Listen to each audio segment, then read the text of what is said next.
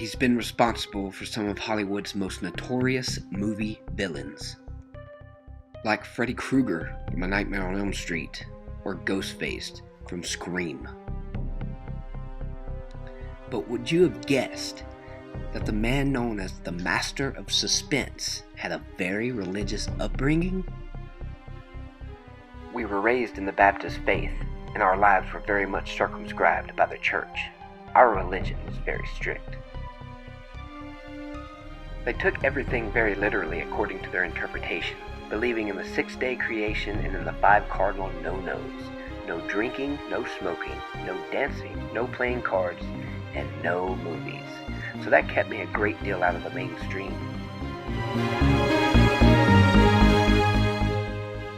It was during his childhood that Craven encountered what would be his inspiration for Freddy Krueger. One night, he was awakened out of bed by a strange sound emanating outside his second-floor bedroom window.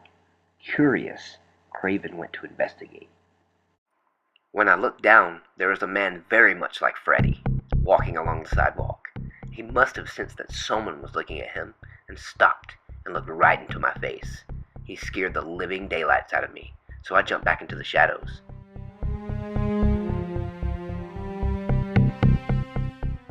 I waited and waited to hear him walk away. Finally, I thought he must have gone, so I stepped back to the window. The guy was not only still looking at me, but he thrust his head forward as if to say, "Yes, I'm still looking at you." As Craven grew up, he attended Wheaton College. It was here that he developed his passion for writing. He ended up as editor of the school's literary magazine, Codan. Now free and able to speak his mind, Craven pulled no punches when it came to his subject matter. And though relevant, it lay way outside the school's boundaries, and soon he was fired and the magazine was suspended for the rest of the year. One needn't look further than the school's own official website as they publicly acknowledged the suspension.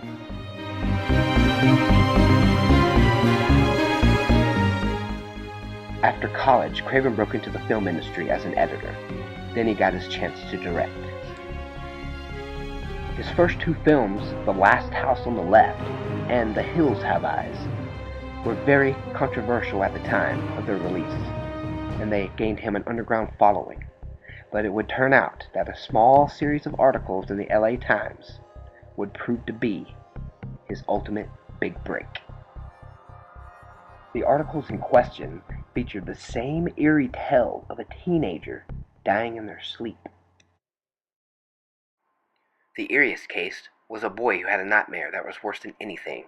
His family tried to quiet his nerves, and he refused to sleep. He stayed up several nights, and they sent for a doctor who gave him sleeping pills. The kid threw them away. Finally, there was a night when the kid could not stay up any longer, and he went to sleep. The house was quiet at last. The parents were relieved that their kid was getting some rest. Then they heard this horrendous scream from the bedroom. The parents ran in and found the boy thrashing in his bed, only to fall still a moment later and die. An autopsy revealed there was nothing wrong with him, no heart failure or any reason for his death. He was just dead. With this horrendous story branded in his mind, Craven sat down and wrote the screenplay that would come to be known as A Nightmare on Elm Street. Of course, creating this macabre story would turn out to be the easy part. Trying to get it made was a whole different tale. My agent at the time sent it to all the major studios. I have a nice collection of rejection letters. Universal, Paramount, all those places. It wasn't scary enough, or it was too bloody, or nobody will be afraid of anything that happens in a dream. The horror film is dead. This was during a period where horror films were sort of on the way out. It was a backlash against the Friday the 13th series.